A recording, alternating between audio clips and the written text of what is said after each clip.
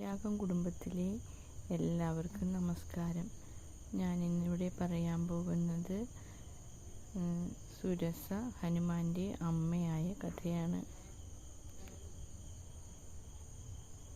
കശ്യപ പ്രജാപതിയുടെ 10 പുത്രിമാരിൽ ഒരുവളായ സുരസയുടെ കഥയാണ് ഞാൻ ഇന്നിവിടെ പറയുന്നത്.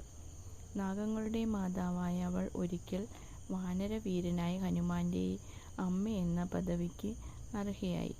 രസകരമാണ് ആ കഥ. മഹാസമുദ്രത്തിന് മുകളിലൂടെ ലങ്കയിലേക്ക് പറക്കുന്ന ഹനുമാന്റെ കഴിവ് എത്രത്തോളം ഉണ്ടെന്ന് പരിശോധിക്കാൻ ദേവകൾക്ക് തോന്നി.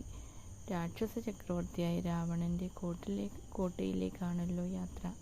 പ്രതിബന്ധങ്ങൾ പലതും കാണും. അവ തരണം ചെയ്യാൻ ശാരീരിക ശക്തി മാത്രം മതിയാവില്ല, സമയോചിതമായി പ്രവർത്തിക്കാനുള്ള ബുദ്ധിവൈഭവവും വേണം. ഹനുമാന് അതുണ്ടോ എന്നറിയാൻ ദേവകൾ നിശ്ചയിച്ചു. അതിലേക്ക് നാഗമാതാവായ സുരസയെയാണ് അവർ നിയോഗിച്ചത്. അതിഭീകര രൂപം ധരിച്ച സുരസ ഹനുമാന്റെ വഴി തടഞ്ഞുകൊണ്ട് പറഞ്ഞു, "എനിക്ക് വല്ലാതെ വിശക്കുന്നു.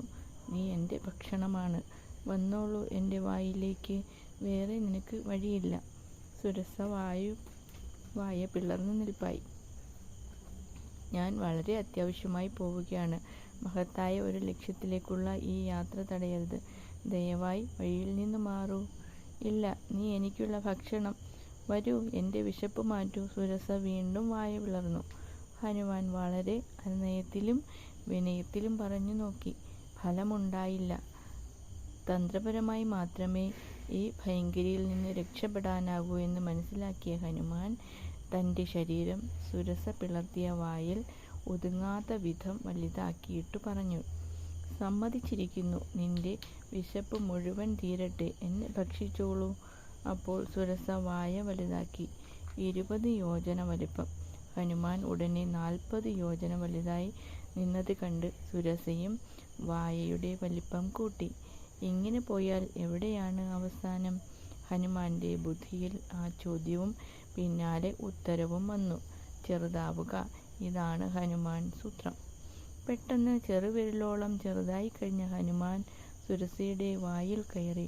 എന്നിട്ട് അവിടെ ചില തട്ടും മുട്ടും കൊടുത്ത് ചെവിയിലൂടെ പുറത്തു വന്നു പറഞ്ഞു, "അമ്മേ, ഇനി വായ അടച്ചാലും ആ വായയിലൂടെ കയറി ചെവിയിലൂടെ പുറത്തു വന്ന ഞാൻ ഇപ്പോൾ അമ്മയുടെ മകനാണ്.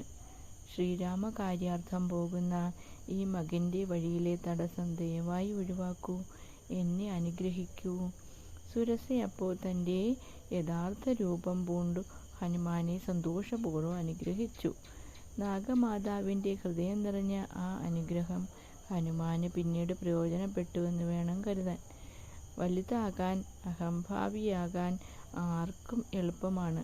അതിനേക്കാൾ എളുപ്പത്തിൽ ചെറുതാകുവാനും വിനയവാനാകുവാനും കഴിയുമ്പോൾ നമ്മുടെ വിജയം ഉറപ്പാകുന്നുവെന്ന് ഹനുമാൻ നമ്മെ പഠിപ്പിക്കുന്നു. ലങ്കയിൽ അശോകവനത്തിലിരിക്കുന്ന സീതാമാതാവിൻ്റെ മുമ്പിൽ ഏറ്റവും ചെറിയ രൂപം ധരിച്ചാണല്ലോ ഹനുമാൻ പ്രത്യക്ഷപ്പെടുന്നത്. വാനരപ്പടയുടെ ബലത്തെക്കുറിച്ച് സീത സംശയം പറഞ്ഞപ്പോഴാകട്ടെ തൻ്റെ മഹാരൂപവും കാണിച്ചു കൊടുക്കുന്നുണ്ട്.